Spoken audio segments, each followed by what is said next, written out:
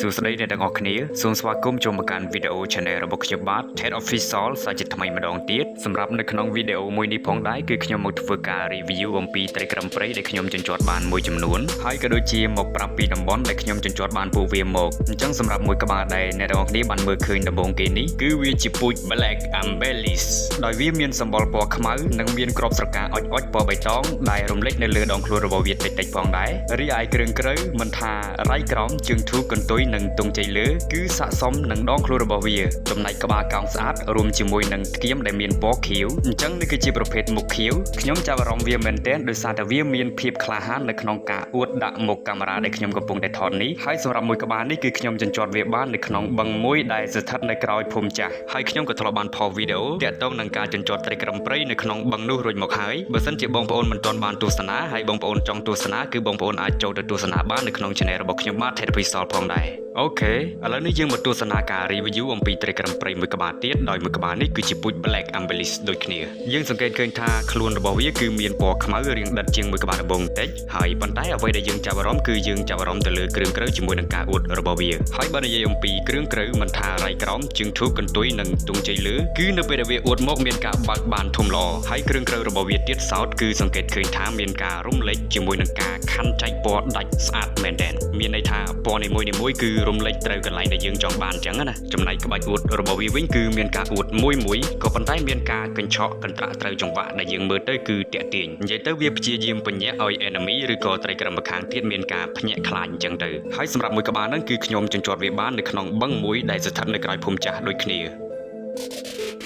ាអូខេអ្នកទាំងអស់គ្នាចូលមកដល់ត្រីក្រំព្រៃមួយក្បាលទៀតគឺជាប្រភេទ Black Ambelis មុខខៀវដដែលដោយមួយក្បាលនេះការអួតចេញមកគឺចង់ប្រយុទ្ធក៏ដូចជាចង់ខំតែម្ដងហើយសម្រាប់ត្រីក្រំព្រៃមួយក្បាលហ្នឹងគឺខ្ញុំចិញ្ចត់វាបាននៅក្នុងបឹងដែលស្ថិតនៅក្រោយភូមិចាស់ដូចគ្នានិយាយទៅត្រីក្រំព្រៃដែលខ្ញុំចិញ្ចត់បាននៅក្នុងបឹងក្រោយភូមិចាស់ភាគច្រើនវាមានសម្បកខ្លួនពណ៌រាងខ្មៅៗអញ្ចឹងណាវាមិនសូវមានពណ៌អីប្លែកៗច្រើនប៉ុន្តែសម្រាប់ផែនរបស់ត្រីក្រំព្រៃនីមួយៗដែលខ្ញុំចិញ្ចត់បាននៅក្នុងបឹងនោះគឺស្អាតខ្លាំងមែនទែនគឺវាស័ក្តិសមជាត្រីក្រំព្រៃពេញលក្ខណៈអញ្ចឹងណាអូខេអញ្ចឹងពេលនេះគឺខ្ញុំមកធ្វើការ review អំពីត្រីក្រំព្រៃដែលខ្ញុំចិញ្ចត់បាននៅតំបន់ផ្សេងវិញម្ដងសម្រាប់ត្រីក្រំព្រៃមួយក្បាលនេះគឺវាជាប្រភេទ Ambelis ក្រហមដោយវាមានសម្បកខ្លួនពណ៌ក្រហមហើយសម្រាប់គ្រឿងក្រៅរបស់វាកន្លែងមួយដែលខ្ញុំតាក់ទាញនឹងចាប់អារម្មណ៍គឺទង់ជ័យលើរបស់វាដែលមានបន្តពណ៌ក្រហមនិយាយទៅទោះបីជាមិនសូវបន្តពណ៌ក្រហមធំទេក៏ប៉ុន្តែក៏យើងអាចមើលឃើញបានជាទូទៅអ្នកដែលធ្លាប់ចិញ្ចឹមត្រីក្រំព្រៃឬក៏អ្នកដែលធ្លាប់ចិញ្ចត់ត្រីក្រំព្រៃដែលមានបន្តពណ៌ក្រហមនៅទង់ជ័យខាងលើនេះបានពួកគាត់តែងតែហៅឈ្មោះត្រីប្រភេទនេះថាអាកូគីនិយាយទៅមិនថាត្រីក្រំព្រៃដែលមានសម្បកខ្លួនពណ៌អីនោះទេគឺអាចមានឱកាសនៅក្នុងការទទួលបានបន្តពណ៌ក្រហមនៅទង់ជ័យខាងលើបានដូចគ្នាគ្រាន់តែថាវាជាករណីដែលកម្រហើយខ្ញុំចិញ្ចត់វាបាននៅក្នុងស្រះបុរាណមួយដែលដាច់ស្រយាលឆ្ងាយអំពីភូម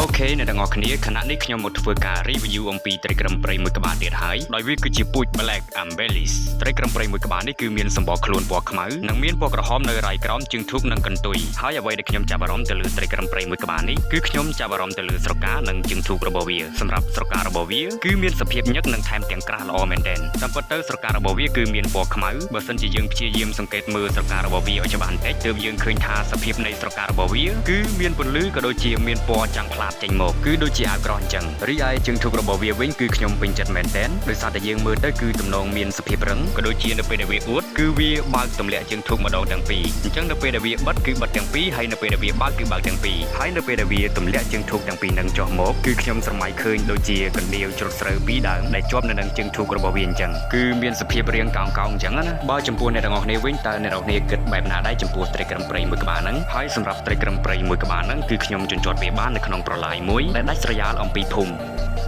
ិអញ្ចឹងមកទស្សនាការ review អំពីត្រីក្រំព្រៃមួយក្បាលទៀតដោយមួយក្បាលនេះគឺជាពូជ Green Ambelis ឬមួយក៏ Ambelis បៃតងសម្រាប់ត្រីក្រំព្រៃមួយក្បាលនេះគឺមានសម្បកខ្លួនពណ៌ខ្មៅនិងមានគ្រាប់ស្រកាអុចៗពណ៌បៃតងបើសិនជាអ្នកទាំងអស់គ្នាបានមើលវានៅខាងក្រៅវីដេអូអ្នកទាំងអស់គ្នានឹងអាចមើលឃើញស្រកាពណ៌បៃតងរបស់វាច្បាស់និងដិតល្អហើយសម្រាប់ការអួតរបស់វាវិញគឺមានល្បឿនលឿនគួរសមជាមួយនឹងដងខ្លួនស្វែលស្អាតរួមជាមួយនឹងគ្រឿងក្រៅសិនតែជាការ support ទៅកាន់ការប្រយុទ្ធហើយសម្រាប់ត្រីក្រំព្រៃមួយក្បាលហ្នឹងគឺខ្ញុំចិញ្ចត់វាបាននៅក្នុងប្រឡាយមួយដែលដាច់ស្រយាលឆ្ងាយពីភូមិដូចគ្នា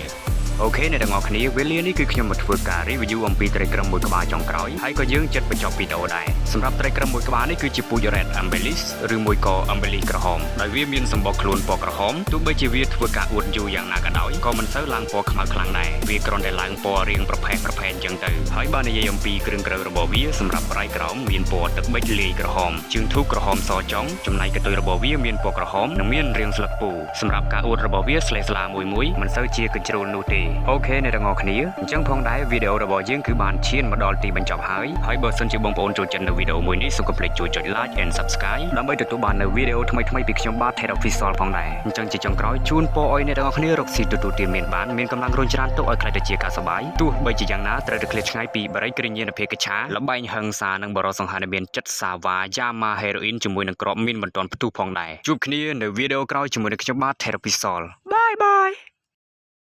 I feel all the pain stuck inside my chest. Lúc được chia cầm nó nơi từng có mất đồ bé. I feel all alone, but I try my best. Chơi phố bia bàn mình vẫn mang nguyên trẻ từ tam trong. Khi mà trong một son ngón tay khoa chất, got my back like I got mất nên rơi tràn tiếp trong chỗ một chất.